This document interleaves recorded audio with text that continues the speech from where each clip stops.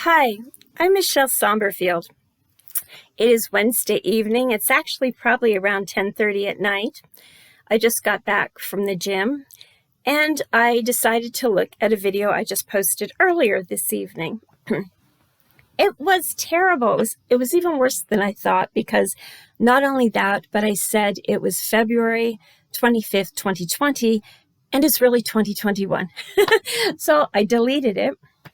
However, the really cool thing is, in the hour that I went to the gym, somebody clearly had seen that video because they commented, and they also subscribed to my YouTube channel. So I want to just say thank you very much for doing that.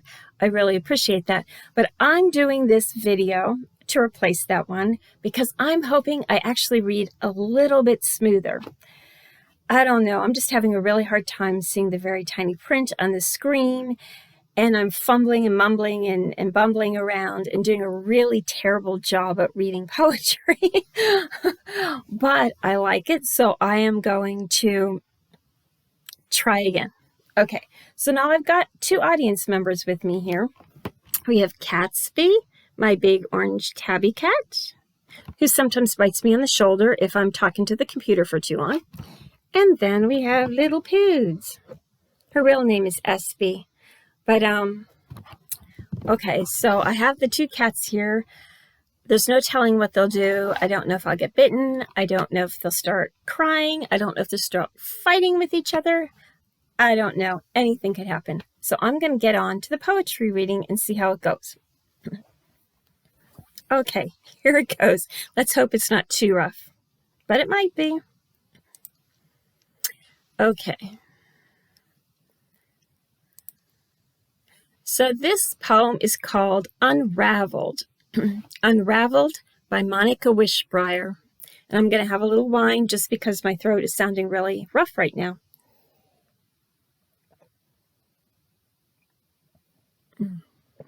Don't drink and drive. All right.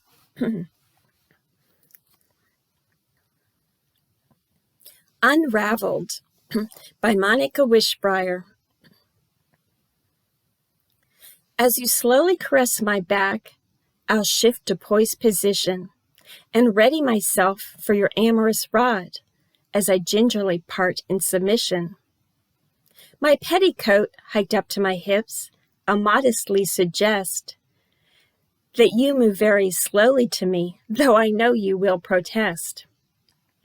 And we shall play these little games as I disrobe much more, and you shall take me on the bed, the sofa, the bath, the floor. This is what I imagine our dance, and if it would be pleasing, we would get together again before change of winter season. For several times you said to me, you're older in your years, and on some day you will drift away, and that will bring me tears. So thinking about our repartee, flirtations we have shared, I hope you visit my comfy bed, that our bodies may be paired. Enter me and stay a while, I'll embrace you with my legs, and in a lustful mingling, don't stop, I'll surely beg. And I will look into your eyes and turn a rosy blush, and you will pound me harder then, and muffle my squeals with a hush. But alas, this will not happen at all, lest you come to my door, for I shall pretend I don't desire, though you know I am a whore.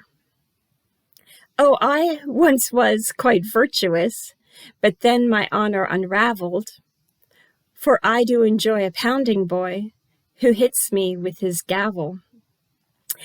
Now this is really all I can say. There is no more to be said.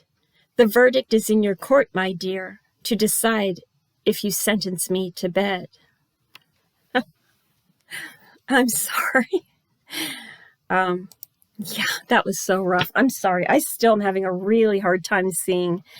You know, I have a lot of different reading glasses. They're not expensive glasses. They're not prescription. And I bought a lot. There were the 2.0. And then I switched over to 2.5 because I thought I needed better glasses. And I have so many glasses in my cars, at my work office, which I hardly ever go to anymore, and at home.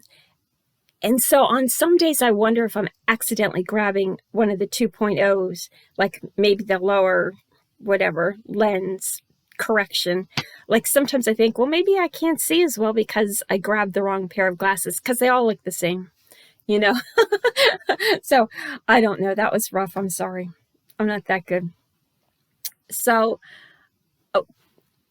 I think that poetry is a really cool thing. I think whether a person is able to read it smoothly or not, you know, it should not take away from the enjoyment of attempting to read it, of attempting to interpret it, of falling in the groove.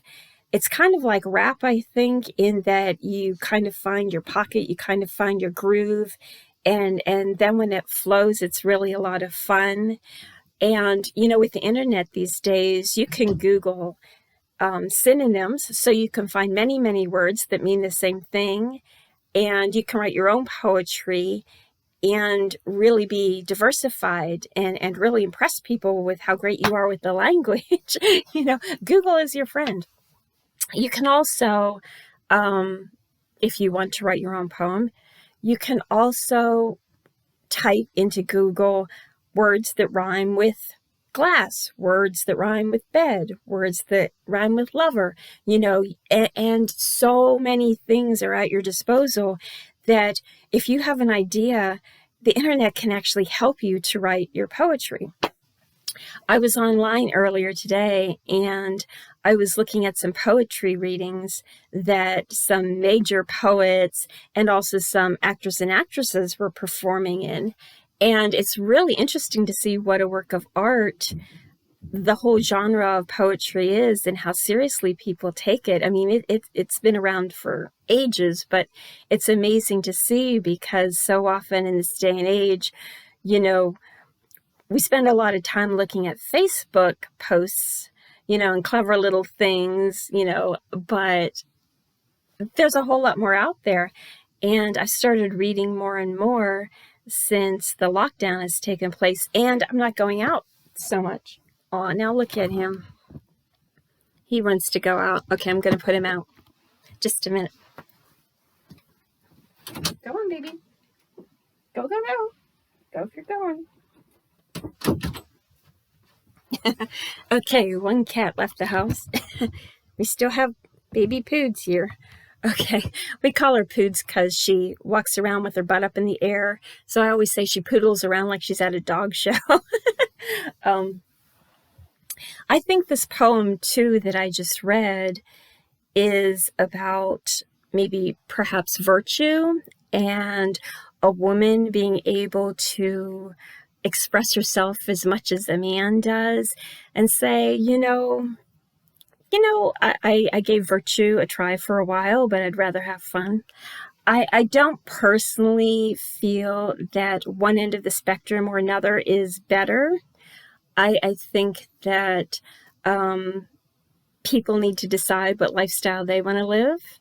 I think there's a lot of pros and cons to both, but I do like reading these poems. My one friend called these poems porn with a PhD because she's like, well, it's kind of like a little bit like erotica in a way.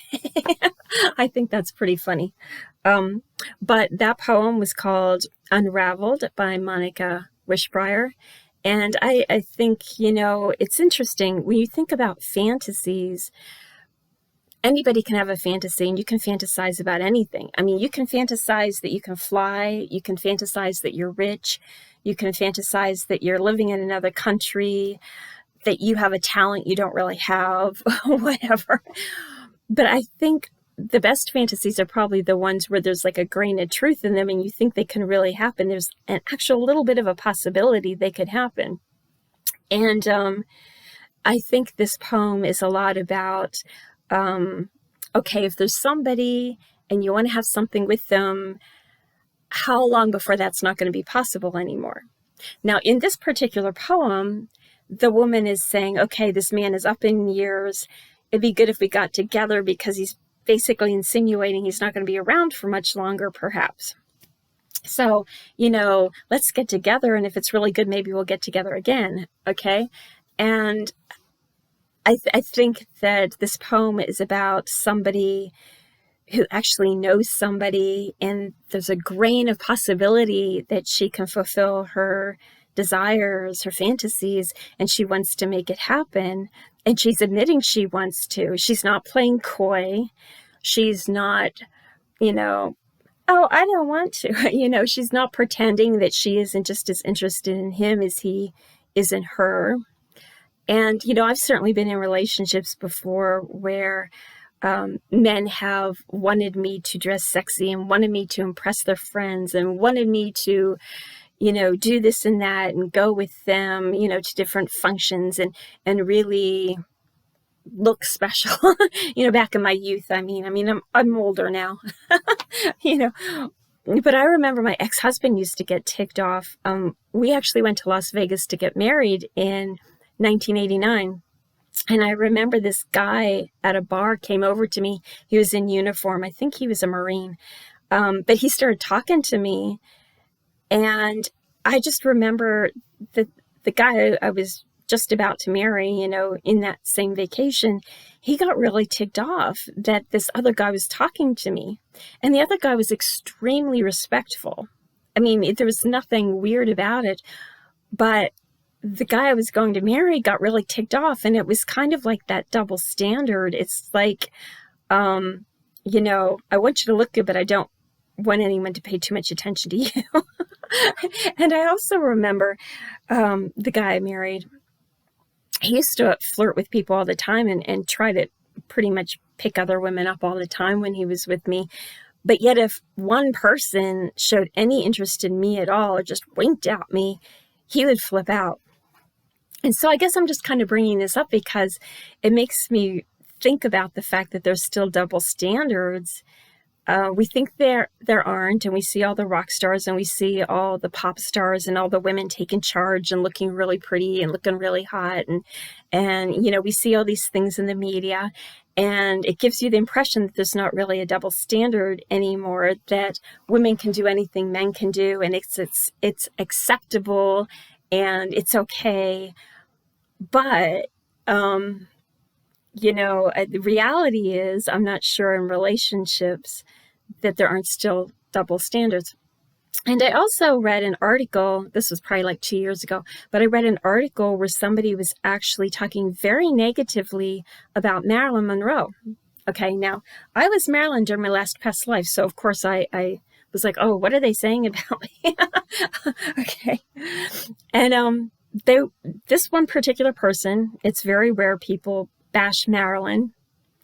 Most people say very nice things and have her up on a pedestal and call her an icon and all that stuff.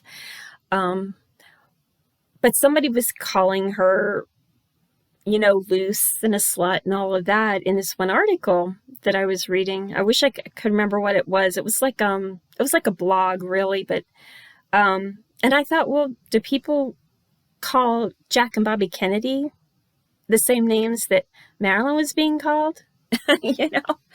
So I think one of the things I really like about the Monica Wishbriar collection of poems is they give women, or a woman, a voice.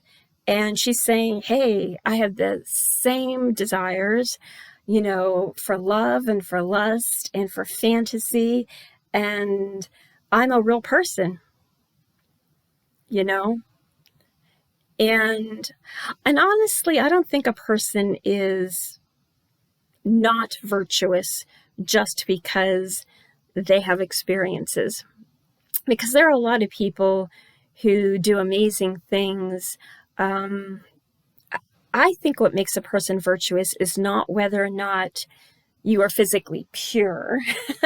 I think it comes down to whether or not you help take care of other people, whether or not you are willing to donate to a food bank, whether or not it be your effort, your time, your money, whether or not you're willing to drive someone home when you see that they're drunk and they're going to get behind the car.